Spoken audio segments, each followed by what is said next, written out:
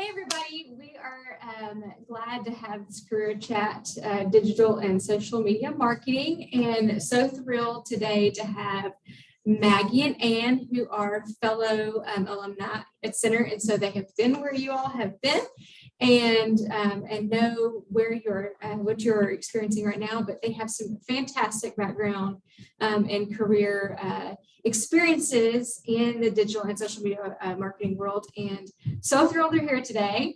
I'm going to turn it over to them. If you all can tell us a little bit about you, your from Center to now, what that looks like, and anything that you'd like to share with us would be great. Do you want to go first, Ann? Or? Oh, I don't mind. I can start us off if that sounds good. Okay. Yeah, so happy to give a little background about myself. I'm Ann Miller. I graduated in 2015. I currently live in New York with my husband, who also went to Center. And while I was at Center, I was a math major. So it may be a little bit surprising as a math major that I ended up in a marketing career, but I think that just kind of speaks to the breadth of this field. So toward the end of my time at Center, when I was starting to think a little bit more about my career path, I knew that I wanted to pair my math background with something creative to keep a little bit of a balance for myself, which is also part of what drew me to a liberal arts education in the first place. So as you all know, as students, like, it was possible to take a lot of classes beyond my major. So for me, it looked like econ, computer science, and a lot of art classes. So that's why I ultimately started looking for a career in marketing. And I have found that digital marketing specifically offered the best of both worlds for me. It's given me a position to work with some really, really creative people, and it's kind of helped push me outside of the box when coming up with solutions, but it still like heavily relies on making decisions based on ad performance data and lots of numbers involved, managing revenue and budgets, doing like A/B testing, measuring results for statistical significance and things like that. But yes, so my first job out of school was as a marketing analyst.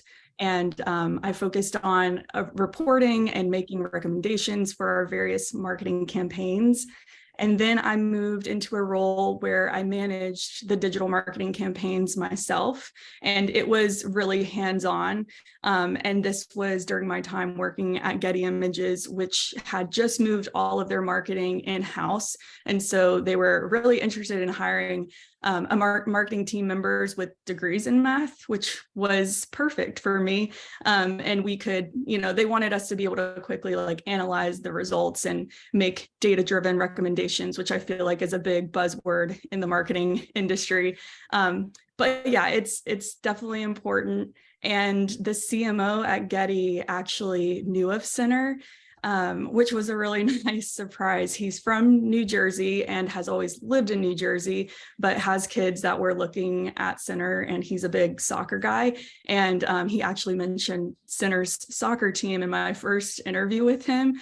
And this was back in 2017. So I guess like the 2017 Center soccer team was doing really well at the time, and maybe still are. I'm sorry, I haven't kept up. I didn't play soccer. But anyway, it was just a really nice coincidence that made me feel a little bit more at home in New York. And then after a few years of managing like digital marketing campaigns myself, I took on my current role as director of digital marketing at a nonprofit called ACG. And this was an opportunity for me to take all that I learned from a big corporation like Getty and apply it to a smaller organization that really didn't have a digital marketing presence before I joined. So I had the opportunity to kind of build out a small team here, and it's been really great to like see what it takes to build something from scratch.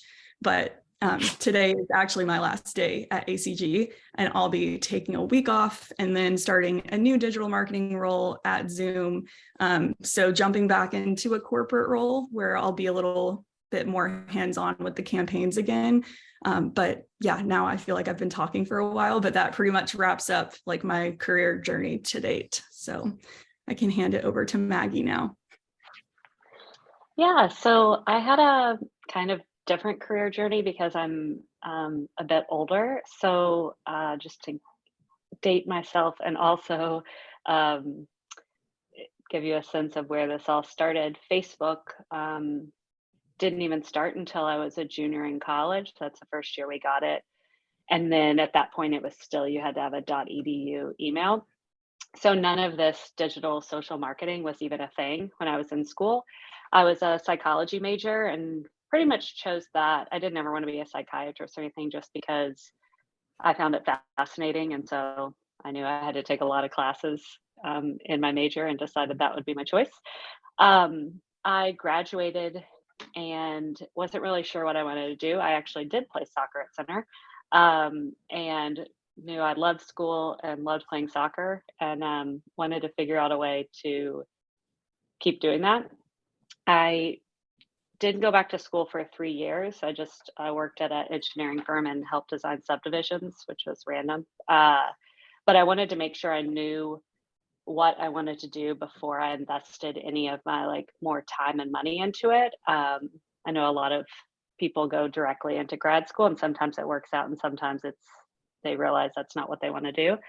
So 3 years after college, I got my master's in sport administration. So like I said, I knew I liked soccer and I liked school, and I just knew I wanted to work in sports. Still at that point, social media was not really a thing. They did not have classes on it. You didn't learn about it. My first job out of grad school was a music festival, but the day I took the job, I got a job offer from the PGA to work one of their golf events. So I did some of the music festival stuff, and then went over to the PGA, and my job was ticket sales and promotion for one of their majors. And it was just when Twitter had started, Facebook no longer had the .edu. And so I knew I wanted to use digital somehow to help sell tickets, but the PGA did not have social media at that point in time.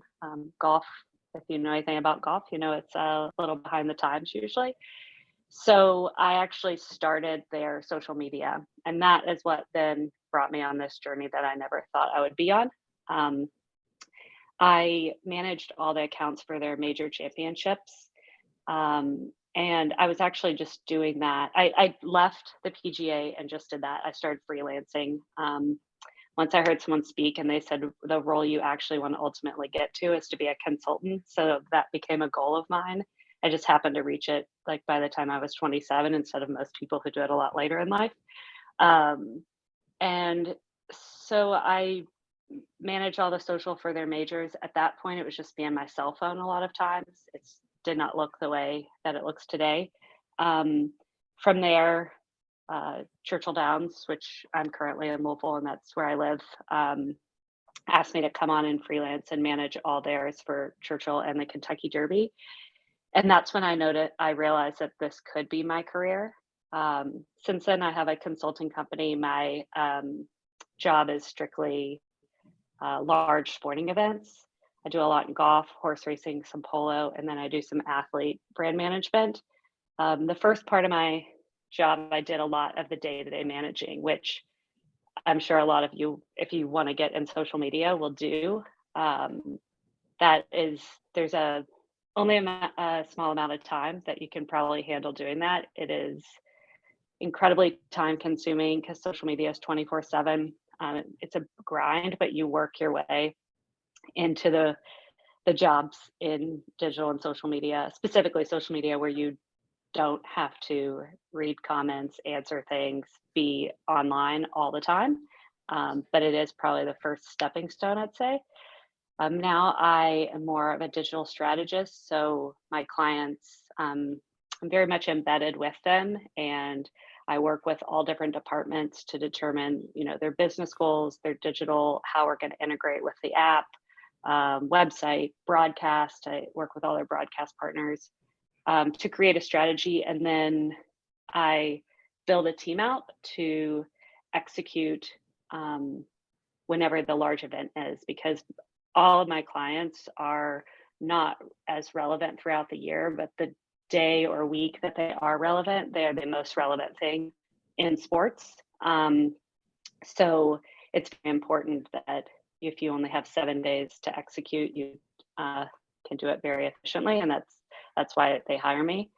And so I work with a lot of content creators to kind of create the assets during the week and or the day, whatever it may be, and to make sure that we're reaching the business goals, because that's ultimately our goal.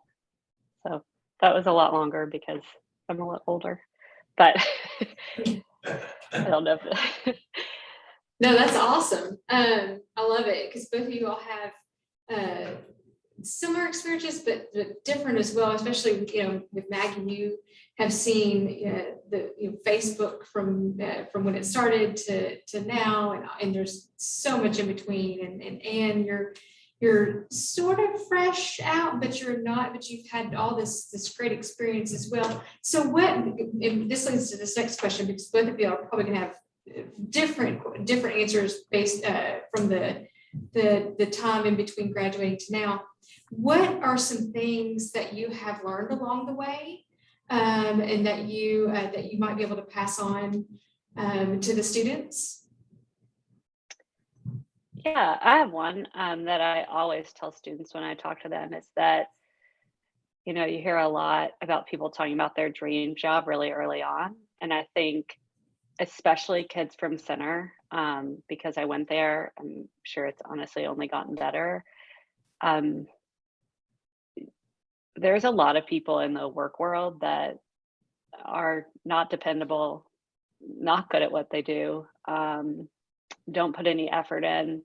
And just to be a student at Center, you have to have all those things, or I don't think you make it the 4 years. I know a lot of people sometimes just try to find a job, which, obviously you have to pay the bills. But if you know an industry you want to be in, or even a certain business, like a certain brand, try to just get a job to get your foot in the door. Don't worry so much. I mean, obviously you want to be kind of in the realm of it. Don't worry so much about the exact job you're taking, because as soon as they find out that you're a dependable, hardworking, competent person, they will probably hold on to you, and you can easily work your way up. People will find, they want to work in sports, but they take a job somewhere else, and it's a lot harder, I feel, to transition over, because the world in which you're working, I know people in every single sports league, like in sports, if there's a connection that you need, I probably have it. But if you took any other industry in the same field, I wouldn't know anyone. I wouldn't have like anything. And so it's these kind of communities are really small. So just get in and work hard, and then worry more about like where you ultimately want to be from a professional level, because it will change too.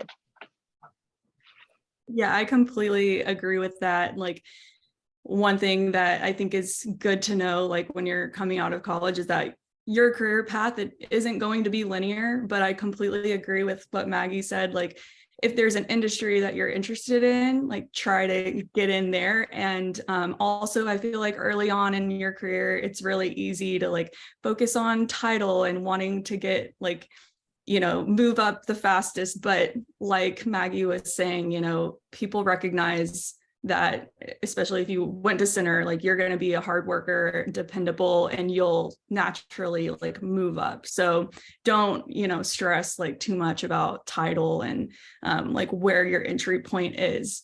But also I would say like just continuing to build relationships and stay in touch with people even after you leave jobs is really important. And I've found that in my like 7 years, I've moved 3 different times, and each of those times it's been driven by relationships with previous colleagues.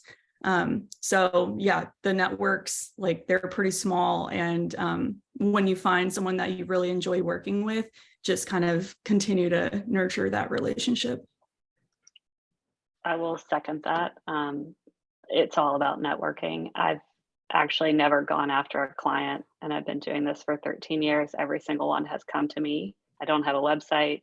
And it's all because someone moves to a different, job, or someone talks to someone else and then they reach out to me. And so it's the same with just, I mean, I'm a little different because I'm a consulting type agency, but it's the same internally as well. I would be much more likely to hire someone I know has said, like, I worked with this person, they're great, opposed to just a piece of paper resume.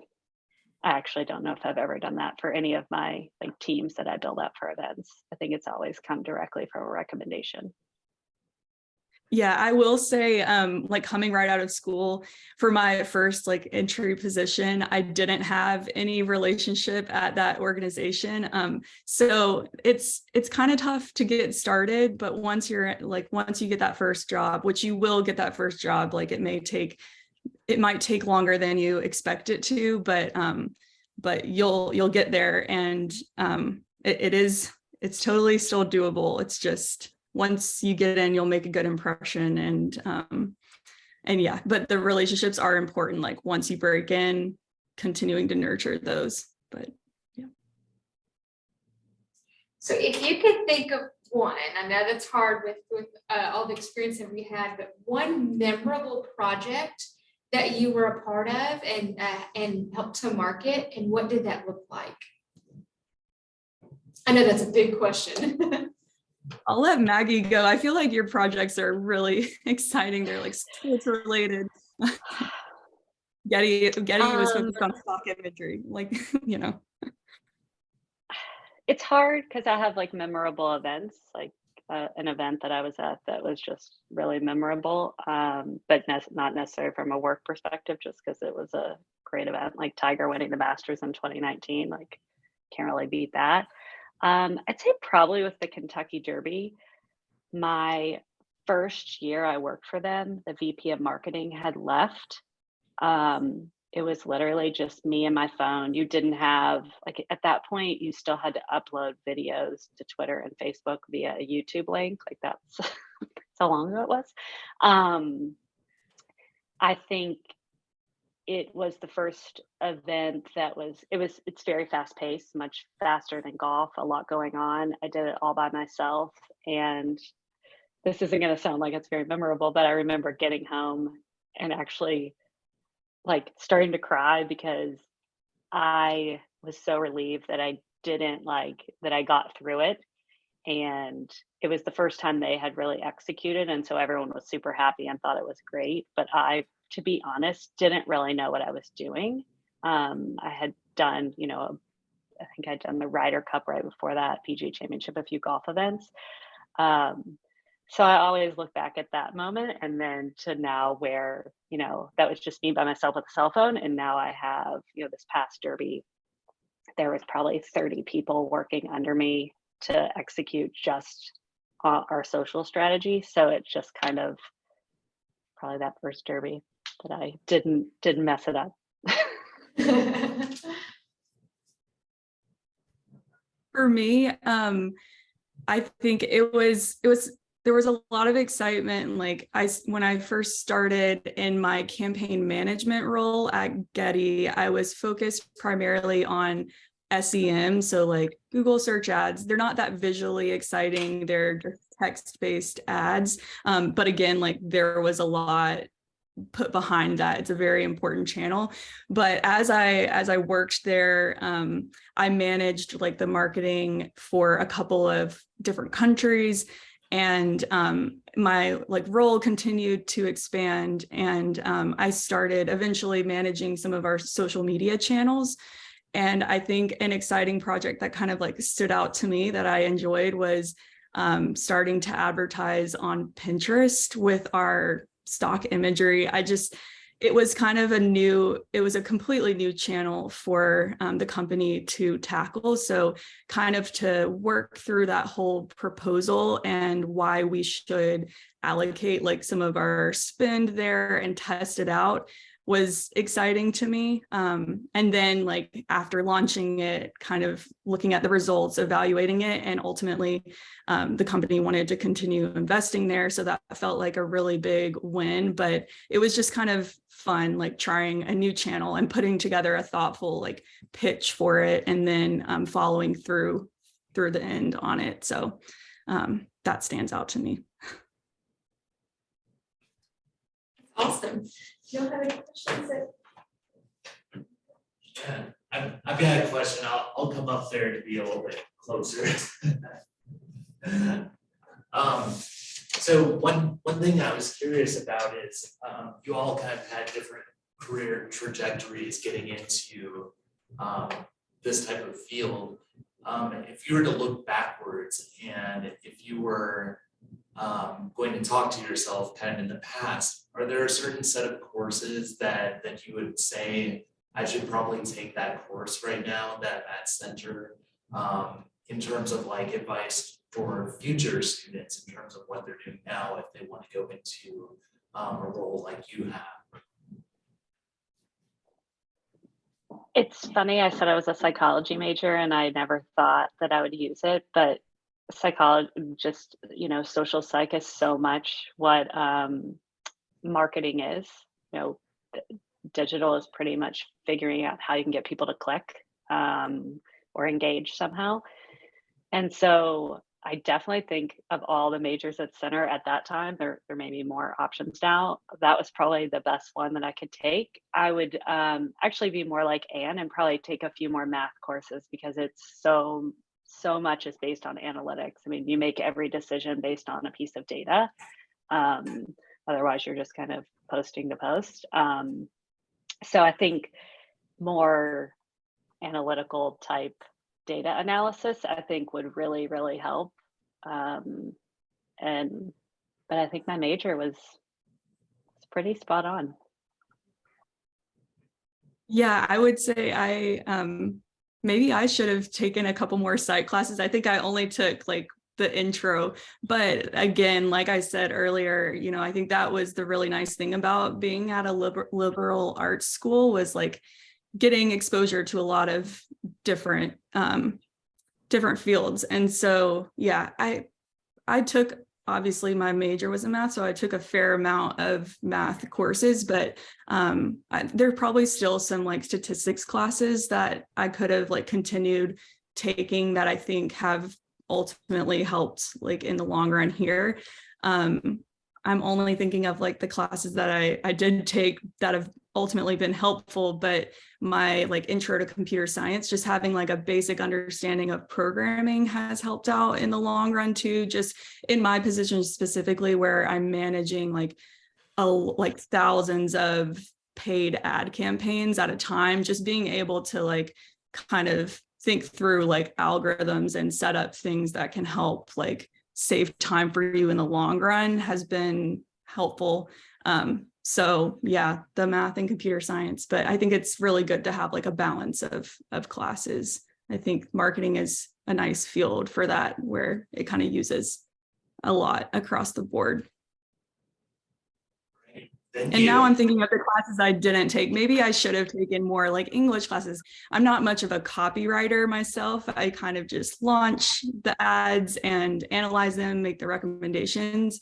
But yeah, I don't do that much content creation or like copywriting myself. I really appreciate the people who are really good at that. It's impressive. Yeah, I think when you said you're not a content creator, I think depending on if you're just getting into social, if you're at a smaller organization or a small agency, this wouldn't necessarily be a class at Center. Maybe actually it is, I don't know. But having basic knowledge of Photoshop, Premiere, pretty much the entire Adobe suite, or you can use like other editing apps like DaVinci and stuff like that. But I think that is huge, because you never know when you might just have to change a graphic, or, you know, hopefully they have their own creation department, but it is nice to have people who know their way around those suites. Great. Thank you. So my main question, I work with STEM students, and obviously you both were STEM majors. Whenever you think about careers that STEM students are gonna have, marketing and social media, these aren't things that you think of immediately. I guess, I don't know if it's even a question, it's kind of almost a statement. It's really refreshing to hear that you can, whenever you're thinking of STEM and what you're gonna do with it next. That having that psychology degree and having a math degree is helpful in these kind of situations. Yeah, and when I was interviewing for my role at Getty, they were pretty much primarily looking for people with statistics backgrounds, like math backgrounds. And that was at a critical time where the company was bringing all of their marketing in-house, and like they were really wanted to be like really strategic about every single dollar that they were spending. So they wanted people to be very comfortable with the numbers and like making decisions quickly there. So I think that really helped. And I do feel like I'm seeing that a bit more on resumes. It's like a nice to have like background in statistics that comes up a lot. But yeah, and in my role on the marketing team, like I work very closely with like a data science team, product team, like across the board. It's just good to have that basic understanding so that it makes those conversations and like team collaboration all the much easier. But that is my experience at a really large like organization that has all these different departments and teams. Yeah, I think from a major perspective is, you know, there's a lot of jobs that don't have really a path, an educational path to them, because you learn so much in the field and when you start it. And so I think center is great because you have your major, but you learn so much, just all the gen eds and stuff, and they really focus on like a all around education. And that's super helpful when you get out into the workforce, because you have the ability to kind of help out where needed, and you're not like pigeonholed into one, I have a degree in something very specific. That's kind of the case at a larger university. So it's almost like your degree is so broad that it gives you a lot of opportunities. At least that's how I felt.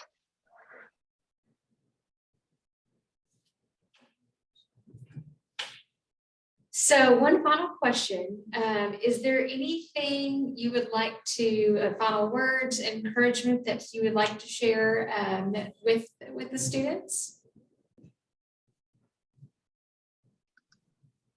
I think from just a social media perspective, coming from being in it for so long, there's one thing I always tell people, especially younger students nowadays. You don't have to have a personal brand to be successful in this industry. I think that's the case. People feel like that if you're not on Instagram all the time, and I get that with a lot of people are like, well, I want to do that, but I don't really want to post like my personal life. And I'm not sure where that became, where people think that that's a must, where organizations, you must be active on your own channels. And there might be a case where a job has that, but I do not have a personal brand. I never have. Super private person. I don't use social media personally at all. It's just my job. So I think if you want to get into it, there's a million, it's such a huge industry right now. Like everyone's into it. You see jobs popping up all the time, and there's a million different ways to get into it. You can be a creator, you can be someone who's doing analytics or building out ads. You can be the actual frontline poster. That's a hard one.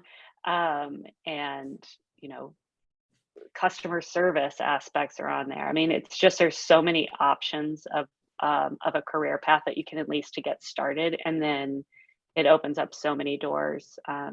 Digital is just a really good industry to be in. It was like during COVID, people are like, how was your year? I'm like, well, I did 2 extra events because we did digital, and because everything was online. So all of a sudden it was a good person to be. Yeah, and for me, I guess something like I've continued to learn throughout my career is that I feel like you don't really get what you want if you're not asking for it or just communicating it like clearly. And like that's been hard for me to learn because like my personality and natural predisposition is not to really ask for things. But yeah, like communicating your own goals and objectives, and they can obviously change over time, but just being able to communicate that and not rely on other people to interpret them for you is something really valuable, and something like I've worked on throughout. And so I've found that, people generally want to help other people, but first they really need to know like what you want help with.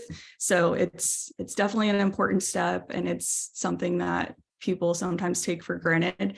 And yeah, I've seen it like cause frustration within like yourself and also just kind of across the org if it's not communicated properly. So I would just encourage you to kind of always be thinking about how to communicate what you're looking for and what you want. Awesome. Well, thank you guys so much. Appreciate your time. And like I told you all, even when I reached out to you and earlier that both of you have so much, your expertise, your experience, your learning, everything, that this is so valuable to our students. And just hearing, like I said, where you came from here and then how you got to where you are is I think it's something that our students are really going to appreciate hearing. So thank you so much. I really appreciate it. Karen, Nate, being able to step in or sit in and hear as well as they continue to have conversations with students. But thank you so much.